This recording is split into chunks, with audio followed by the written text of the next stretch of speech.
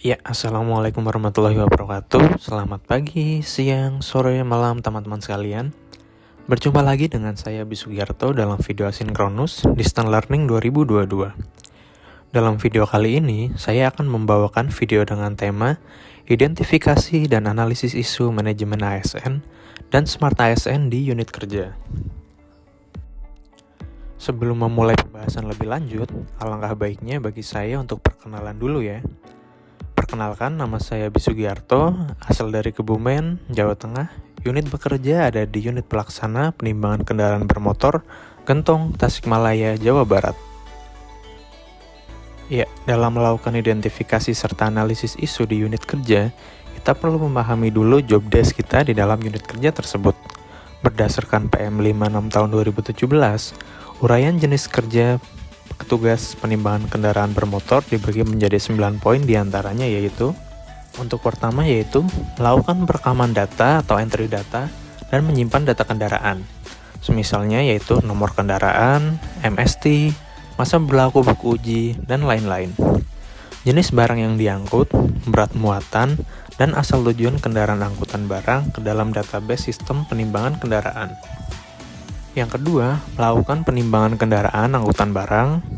Lanjut nomor 3, yaitu memastikan pemenuhan persyaratan teknis dan laik jalan kendaraan angkutan umum barang. Nomor 4, memastikan data hasil penimbangan terekam ke dalam database. Lalu dilanjut nomor 5, yaitu memastikan tanda sinyal lampu atau display digital sesuai dengan hasil pembacaan penimbangan untuk menentukan kendaraan yang melanggar atau tidak melanggar. Keenam, berkoordinasi dengan PPNS tentang kendaraan yang melanggar kelebihan muatan. Nomor 7, mencetak bukti pelanggaran kelebihan muatan dan menyampaikan ke PPNS untuk dilakukan penindakan. Lanjut ke nomor 8, yaitu membuat dan menyampaikan laporan hasil pelaksanaan pekerjaan kepada Kepala Shift atau Kepala Regu dan atau Koordinator UPPKB. Lanjut ke poin terakhir, yaitu melaksanakan tugas kedinasan lain yang diberikan oleh pimpinan. Nah, setelah mempelajari uraian job desk dari petugas penimbangan, kita berlanjut mengenai pengertian dari manajemen ASN. Manajemen ASN sendiri merupakan pengelolaan ASN untuk menghasilkan pegawai ASN yang profesional, memiliki nilai dasar, etika profesi, bebas dari intervensi politik, dan juga bersih dari praktek KKN.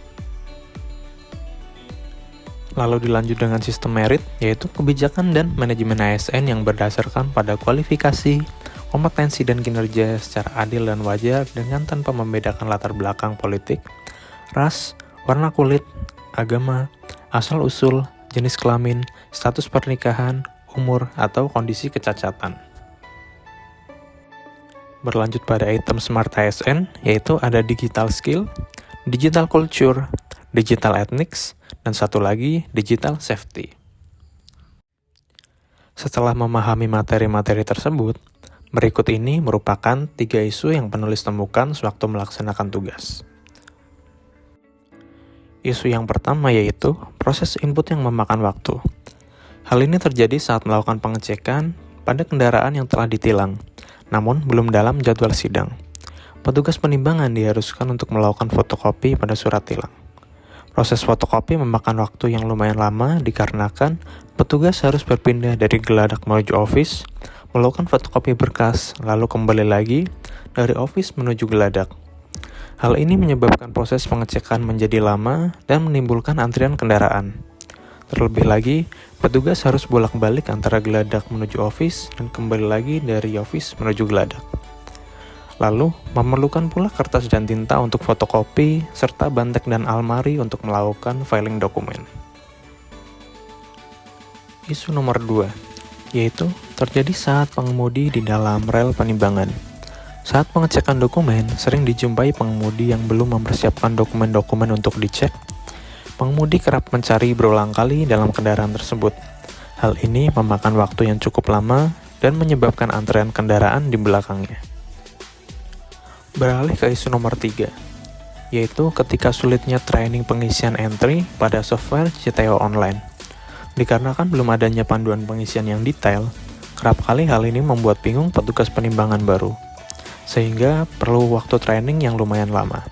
Terkait juga dengan senior yang mengajari.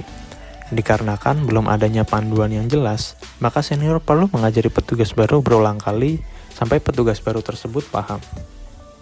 Dampak dan para pihak yang terkena. Terkait dengan ketiga isu tersebut, berikut ini merupakan pihak-pihak yang terkena imbas apabila isu tersebut tidak segera ditangani. Yang pertama, yaitu isu terkait proses input dan fotokopi surat tilang. Yang pertama, ada supir yang lama menunggu.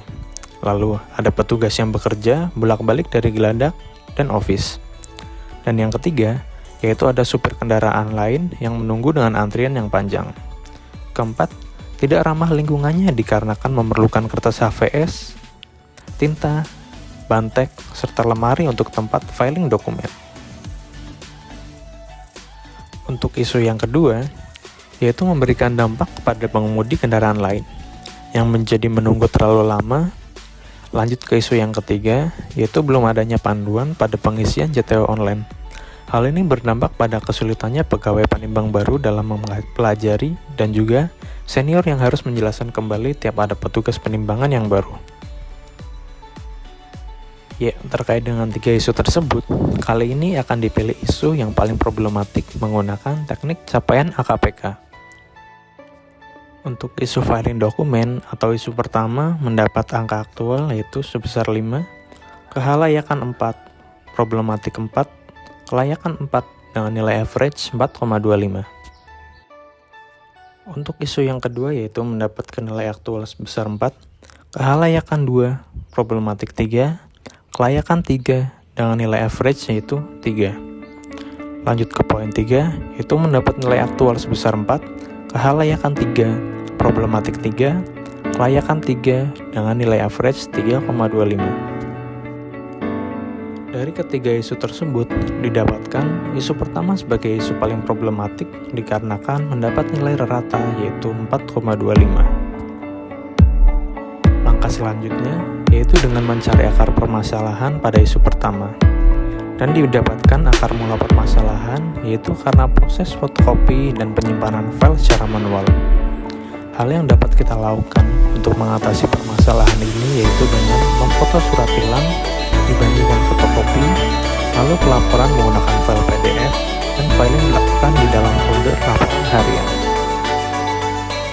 Ya, itu merupakan gagasan kreatif yang akan dilaksanakan oleh penulis seharusnya bisa melakukan. Sekian video yang bisa disampaikan penulis kali ini. Sampai jumpa di video selanjutnya ya. Terima kasih.